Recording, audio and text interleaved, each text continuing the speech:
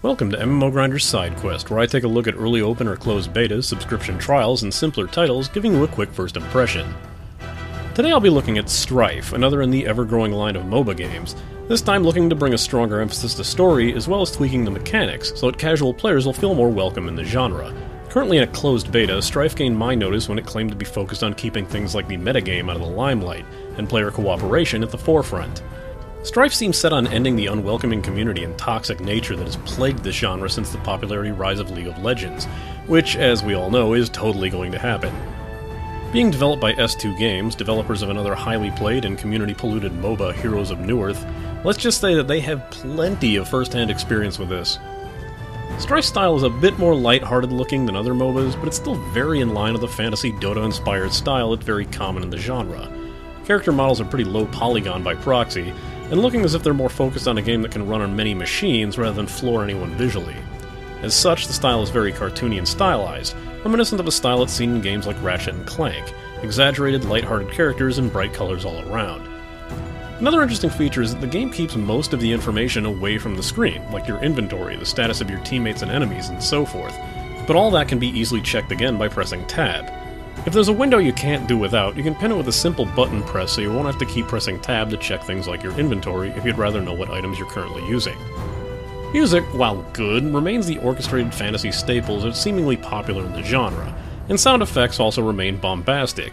I will remark more on this game's voice acting, of which there is a ton of, especially since the tutorial is a fully voice-acted storyline and scenario event.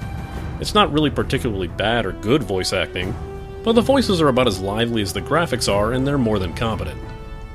Since the game does have a heavy desire to bring the story to the forefront, most of it will be seen in the aforementioned tutorial, which leads you through the story of the pirate captain Caprice and her invitation and arrival to the Trials of Strife. Similar to the tutorial of Dota 2, you follow a story and a set of tasks that, while giving tips for the gameplay, don't actually take place on the actual MOBA map. There's a lot more similarities to Dota 2 as well, which I'll mention as they come along. Unlike a lot of MOBAs, you get to choose your character before you queue for a match, preventing any of that all-too-constant insta-locking issue that causes players to argue over who gets to play who, so at least there's one point of contention removed from the genre. In addition, on this screen you'll be able to choose your pet, which you'll receive one of when completing the tutorial, and you can unlock more or upgrade your current ones with items earned after each match. Pets are more than just cute companions that follow you around, as they also act like League's summoner spells, granting you a high cooldown ability that you can use to gain an edge in combat. Getting higher ranks in your pets will also unlock more spells to use and increase their overall effectiveness. You have access to all characters in the game, and this isn't just because of the closed beta, as the pay system isn't going to lock any of the heroes from you, so feel free to give anyone a spin if they sound interesting, and don't worry about having to unlock them lest they go away during the next rotation. You'll notice the map is once again very familiar. 2 bases, 3 lanes, 2 allied and 2 enemy towers in each lane, and a generator that, unlike other MOBAs, doesn't power up your minions, called brawlers in this game, but instead grants a massive boost to your team's gold, as well as weaken the final structure for an easier takedown. These structures do have recharging shields, but their health does not regenerate, and once destroyed, they are gone. Destroying all 3 means the final structure and the crux will be completely unable to defend itself. An odd thing I'm noticing is the opposite of what's considered most basic meta in all MOBAs, in that 2 players always seem to head to middle lane, leaving bottom lane solo. The jungle, while being similar in design to other MOBAs, doesn't really seem to contain any jungle buffs, instead being littered with simple XP camps and 2 boss enemies that have their own bonuses.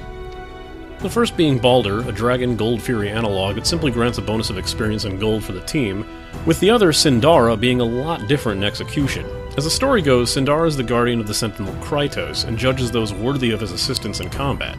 Defeating Sindara unlocks Krytos for use for that team, where the players will get to vote on which lane he'll spawn in, and he'll continue down a rampaging path to the enemy crux until he's destroyed, and Sindara respawns once again.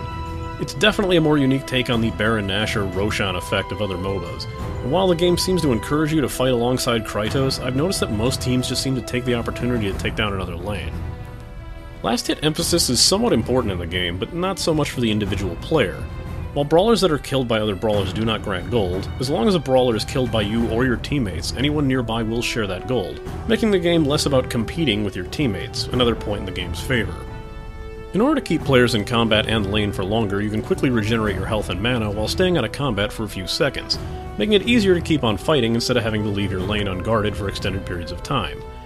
While it is faster to head back to base in order to regenerate health and shop, Neither is really necessary, considering your character is automatically equipped with the Dota-like Courier, who will purchase and retrieve items for you as you play, summoned as simply as pressing the G key.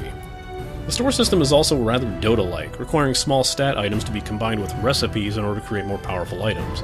It's pretty easy to accidentally fill up your inventory in this way if you're not closing out any of the recipes, so be wary of that. At the end of each match, you'll get to choose from one of 3 chests, which will grant ore, food, and/or elixir. These are used in the crafting, pet, and enchanting systems respectively, allowing you to create more powerful purchasable items for your matches, upgrade your pets, or purchase new ones, or increase the quality of your crafted items further. Now, has the toxicity of MOBAs finally been erased in Strife? No.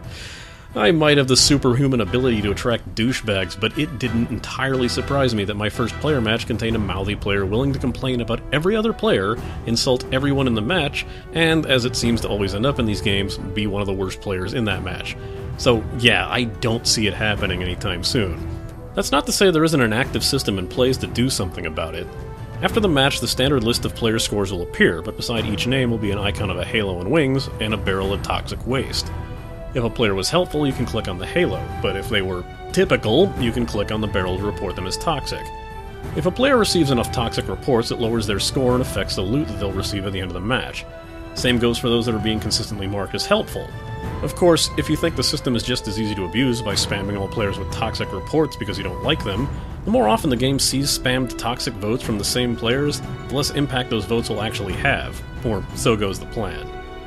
Since you have the option to face off against bots or players, it's not a bad idea to face off against bots for a while until you're comfortable with the mechanics, as you'll still gain match rewards, but just be known that the bots are pretty easy to take down. With all heroes unlocked, gems only have a few uses in the game, allowing you to choose from a palette of colors for your hero of choice, or choose an alternate skin. Gems can also be used to purchase, but not upgrade other pets, as well as make any crafted items permanent, of which you can also do by gathering enough elixirs, so there's nothing non-cosmetic that you're forced to pay for. People are understandably wary about S2's new foray into the MOBA genre, but it's nice that Strife is trying to put cooperation at the forefront.